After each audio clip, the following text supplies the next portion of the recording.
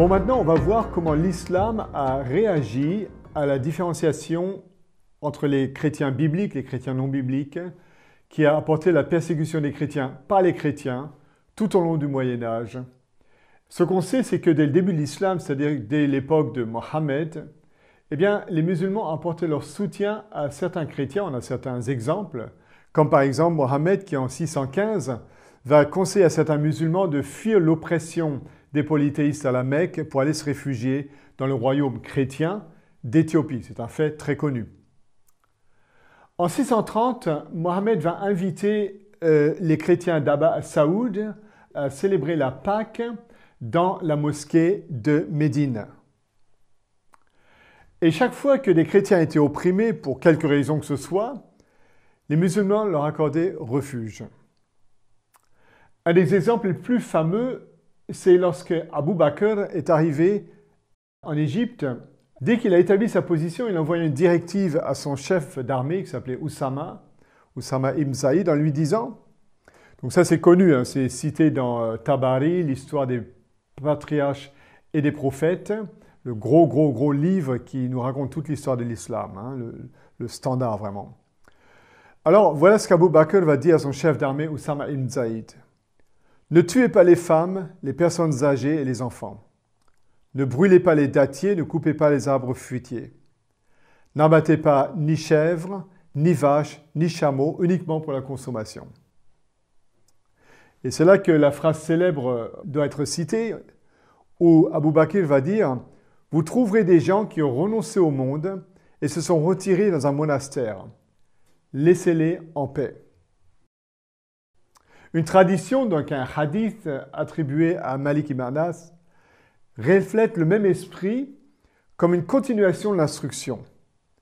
Il est dit qu'Abu Bakr ordonna à Yazid « Vous trouverez des gens qui prétendent s'être donnés à Allah. Laissez-les à ceux qui prétendent s'être donnés. Vous trouverez des gens qui se sont rasés le milieu de la tête. Frappez-les de l'épée avec laquelle ils se rasent. » Donc, Abu Bakr fait la différence entre deux groupes de chrétiens lors de sa conquête de l'Égypte. Il s'avère que ces religieux qui vivaient retirés dans les monastères, c'étaient des chrétiens nestoriens. Les nestoriens, c'était un groupe de chrétiens qui ont dû quitter l'Europe à l'époque de Justinien parce qu'ils n'acceptaient pas la théologie de Marie, mère de Dieu, donc Théotokos. Et Abu Bakr donc va dire à son chef d'armée, Oussama ibn Zaïd, de ne pas toucher à ces chrétiens-là.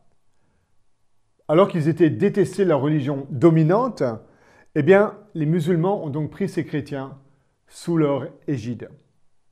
On va retrouver dans tous les siècles des exemples de protection. On va aller jusqu'au XXe siècle.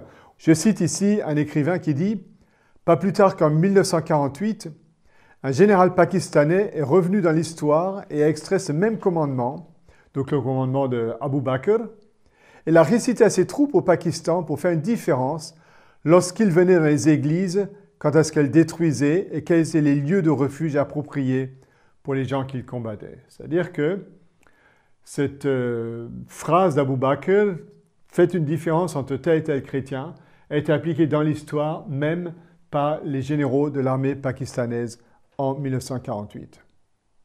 C'est là qu'il s'agit de citer quelque chose de très intéressant qui a été beaucoup critiqué au niveau de son authenticité. C'est ce qu'on appelle l'alliance de Mahomet, de Mohammed, l'Ashname. Donc une alliance que Mohammed aurait fait avec les chrétiens. Comme je l'ai dit, cette alliance a été mise en doute par certains historiens. Cependant, ce qu'il faut savoir, c'est qu'elle a été appliquée par tous les siècles comme si elle avait été valable, authentique. Donc, on peut la considérer comme, en tout cas, quelque chose qui a servi à l'islam dans sa relation avec le christianisme. On va déjà en lire une grande partie, c'est un peu long, mais je pense que ça vaut la peine. Chaque fois que des moines chrétiens, des dévots et des pèlerins se rassemblent, en vérité, nous les protégerons, ainsi que leurs propriétés et leurs coutumes, car ils sont de mes sujets et sous ma protection. Un peu plus loin, je les exempterai de ce qui pourrait les déranger, des fardeaux payés par d'autres en guise de serment d'allégeance, Ils ne doivent donner de leurs revenus que ce qui leur plaît. Ils ne doivent pas être offensés, dérangés ou contraints. Leurs juges ne doivent pas être empêchés d'accomplir leurs fonctions, ni les moines ne doivent être dérangés dans l'exercice de leur ordre religieux, ni les personnes isolées ne doivent être empêchées de résider dans leurs cellules. Donc il s'agit des moines ici. Ça continue. Personne n'est autorisé à piller ces chrétiens, à détruire ou à endommager leurs églises et lieux de culte, ou à prendre quoi que ce soit à l'intérieur de ces maisons. Celui qui leur enlève quelque chose a corrompu le serment de Dieu et en vérité a désobéi à son messager. La jizya ne devrait être imposée à leurs juges, aux moines et à ceux dont l'occupation est l'adoration de Dieu. Et rien d'autre ne peut leur être retiré, que ce soit une amende, une taxe ou tout autre droit injuste. En vérité, je respecterai leurs actes, où qu'ils soient, sur terre ou sur mer, à l'est ou à l'ouest, au nord ou au sud, car ils sont sous ma protection et le testament de ma sécurité contre tous. Aucun impôt ni dîme ne devrait être perçu de ceux qui se consacrent à adorer Dieu dans les montagnes ou de ceux qui cultivent les terres saintes. Nul n'a le droit de s'immiscer dans les affaires de ces gens ou d'intenter une quelconque action contre eux. Traitez selon le verset enregistré dans le Coran, à savoir, si vous discutez avec les gens du livre, faites-le seulement avec la plus grande courtoisie. Al-Ankabut 46. Ainsi, ils vivront favorisés et protégés de tout ce qui pourrait les offenser par les adeptes de la religion, l'islam, où qu'ils soient et en tout lieu où ils habitent. Et enfin, ils ne doivent pas être forcés de porter des armes ou des pierres, mais les musulmans doivent les protéger et les défendre contre les autres. Il incombe à chacun des adeptes de l'islam de ne pas contredire ou désobéir à ce serment jusqu'au jour de la résurrection et à la fin du monde. Comme je l'ai dit, l'authenticité de ce document est très contestée, mais les musulmans l'ont pris comme une règle de conduite pendant des siècles. C'est ça qui est important. C'est un document donc qui a grandement contribué aux efforts d'ouverture des musulmans envers les chrétiens. Et on va prendre quelques exemples. À l'époque où l'Égypte est une province ottomane, donc au XVIe siècle jusqu'à la fin du XVIIIe, le pacha réaffirmait chaque année son engagement de protection des chrétiens sur la base de ce document de Mohammed. Quelqu'un nous a dit, alors qu'il était pratiquement impossible pour les musulmans de faire du commerce et de résider dans la plupart des pays chrétiens, les chrétiens, eux, pouvaient vivre dans de nombreuses sociétés islamiques en tant que peuple du livre. L'histoire rapporte certains traités qui ont été faits plus tard entre des musulmans et des non-musulmans, dans lesquels les dignitaires islamiques, y compris Mohammed d'ailleurs, réglementaient les droits et les devoirs de toutes les communautés religieuses minoritaires. L'objectif était de garantir la sécurité et l'intégration en tant qu'éléments fondamentaux de la stabilité sociale. Au moins 2 autres alliances ont été conclues du vivant de Mahomet. Le premier décrit le cas de la ville de Tabouk, donc dans le nord-ouest de l'Arabie saoudite actuelle, où Mohammed a fait escale en 630. Là, il a reçu Jean ibn Ruba, qui était le gouverneur chrétien d'Aïla, aujourd'hui la ville d'Eilat, juste pas très loin de Tabouk. Et Mohammed lui a proposé le choix de soit résister, donc de garder sa religion, ou de vivre en neutralité sous le régime musulman qui administrait la province. Donc, la guerre ou la paix. Il est dit que Jean a opté pour un traité de paix et s'est engagé à payer une somme annuelle de 300 dinars à titre de jizya. On va revenir sur la jizya bientôt. C'est à peu près égal au nombre d'hommes adultes de la ville, ce qui implique que Jean s'est engagé à prélever 1 dinar par personne de sa province. Le second traité que nous trouvons a été ratifié en 631 lorsque Mohammed envoya Khalil Walid vers les chrétiens de Najran pour les inviter à accepter l'islam. Ils ont refusé, alors Khalid a conclu un traité de paix avec eux. Donc, il n'a pas fait la guerre ou il ne les a pas forcés, il a conclu un traité de paix.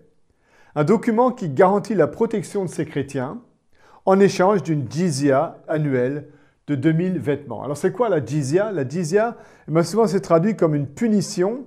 En fait, c'est un montant, c'est un impôt imposé aux non-musulmans.